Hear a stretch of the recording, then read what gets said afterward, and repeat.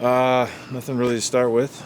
I guess I got one comment. I think as a team, we're continuing to improve, right? I think we found a way to win games. We're 4-1 at this juncture.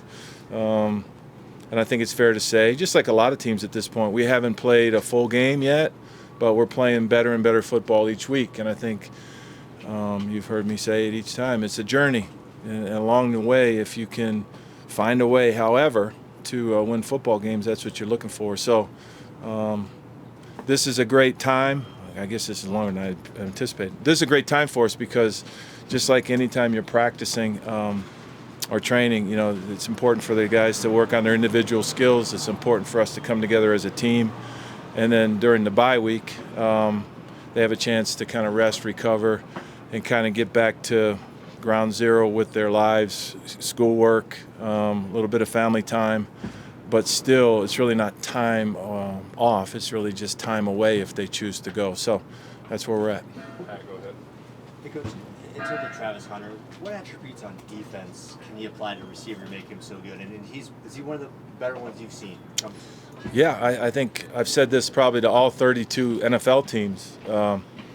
But he has some superpowers, and the most obvious one is his ball skills, right? And so when you're playing corner, it's very, very important that you affect the ball. And he gets interceptions, right, as a defensive player. But he knows where he's supposed to be. He makes tackles when it's his time to tackle.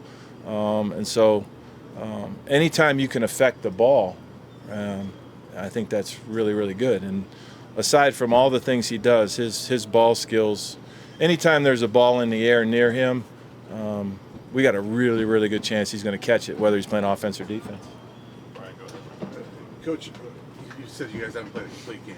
Saturday felt like the most complete game to this point. Did you feel that way? And it feels like it's kind of like been trending that way, but do you feel like it's been trending? Yeah, and I think that's what you're looking for, right?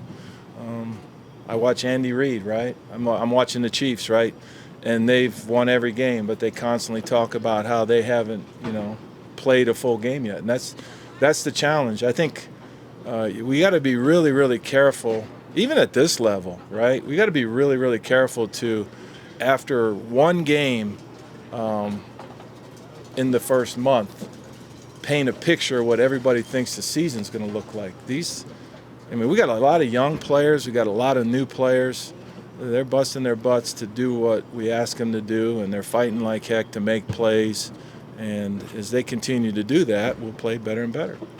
Nikki, go ahead. Back on Travis, when you talk to NFL scouts on Travis, are they looking at him for his corner skills or his wide receiver skills, both? Both. I think any team is going to be very, very lucky to have Travis, and then they just got to decide where they want to play him. He's displaying every week why he could be an impact player on both sides of the ball. So those are the decisions that the teams as they prepare for the draft, right?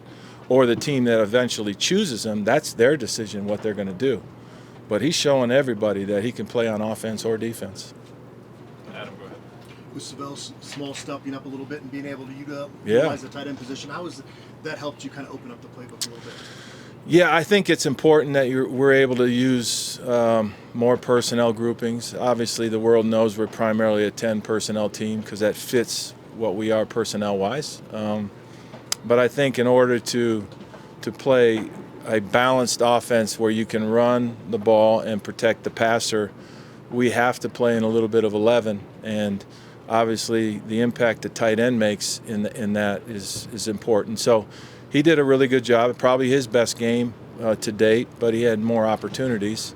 And it made sense for us.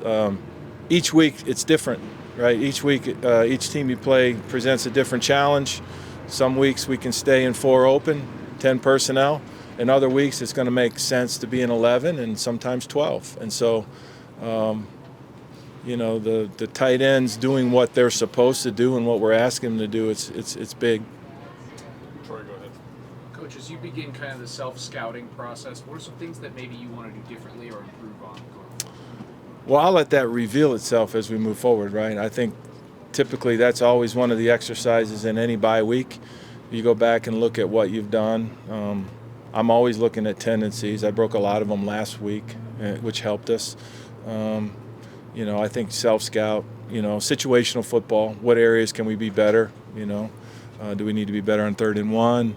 How can we help ourselves in the red zone? 2-minute, 4-minute. So we and I certainly look at it in my private time at all that to try to improve it. Sometimes the answer is to do more of the same and do it better. Sometimes the answer is to, in a former life that was a really good play, but it doesn't work for us. Let's put it on the shelf. And so those are things that we as coaches will do. Now the other thing that we do here that I'm getting used to is recruiting, right? So I got to spend time doing that, and this time of year, a bye week allows us to go out and do that. Last one, Jack, go ahead. With Draylon Miller, I mean, you've seen him, very versatile guy for your offense so far. Just what do you hope to see from him moving forward? Yeah, I mean, Draylon's a young player, and we're fond of saying he's really good at football, and it's tongue-in-cheek, I guess. But, so we've used him as a wideout. We've used him as a running back. And I think it makes sense for him to get a couple touches a game, and as the flow of the game dictates, sometimes more than that.